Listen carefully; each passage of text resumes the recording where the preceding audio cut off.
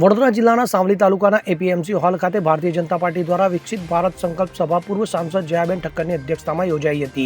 સાવલી 135 વિધાનસભા મત વિસ્તારમાં ભારતીય જનતા પાર્ટી શાસનના 11 વર્ષની ઉપલબ્ધિઓ સિદ્ધિઓના માર્ગદર્શન અને માહિતી માટે વિકસિત ભારત સંકલ્પ સભાનું આયોજન સાવલી તાલુકાના એપીએમસી હોલમાં વડોદરાના પૂર્વ સાંસદ જયાબેન ઠક્કરની અધ્યક્ષતામાં અને પ્રદેશમાંથી આવેલા ડીડી ચુડાસમાની પ્રેરક ઉપસ્થિતિમાં વિકસિત ભારત સંકલ્પ સભા યોજાઈ હતી, જેમાં અમદાવાદ પ્લેન ક્રેશની ઘટનાને યાદ કરી પૂર્વ મુખ્યમંત્રી વિજય રૂપાણી સહિતના મૃતાત્માને 2 મિનિટ મૌન પાળી શ્રદ્ધાંજલિ આપવામાં આવી હતી, જે બાદમાં દીપ પ્રાગટ્ય કરી કાર્યક્રમની શરૂઆત કરાઈ હતી, જેમાં ભારતે મેળવેલ સિદ્ધિઓનું વર્ણન કરાયું હતું। તો મોદી સરકારના 11 વર્ષની સેવાની ઉજવણી કરાઈ રહ્યા છે, ત્યારે વડોદરા જિલ્લાના પૂર્વ સાંસદ જયાબેન ઠક્કર, ગુજરાત પ્રદેશ કિસાન મોરચાના ઉપપ્રમુખ ડીડી ચુડાસમા, સાવલી તાલુકા ભાજપા પ્રમુખ સુરપાલસિંહ, સાવલી નગર પ્રમુખ રચિત શાહ, સાવલી નગરપાલિકા પ્રમુખ હર્ષ પટેલ, જિલ્લા પંચાયત સભ્ય મોહનલાલ, સાવલી નગર મહામંત્રી અંકિત રાણા સહિત વિવિધ મંડળના પદાધિકારીઓ, હોદ્દેદારો અને કાર્યકરો ઉપસ્થિત રહ્યા હતા।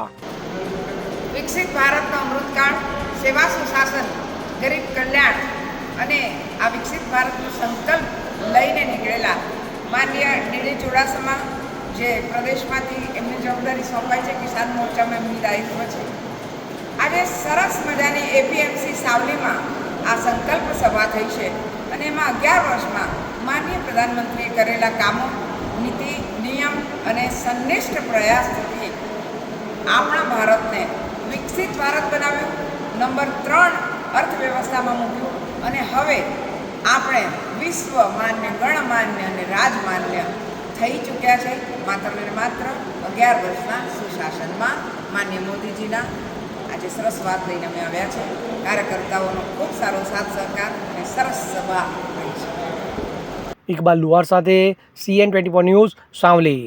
હવે જુઓ દેશ દુનિયાની તમામ ખબરો તમારી આંગળીના ટેરવે।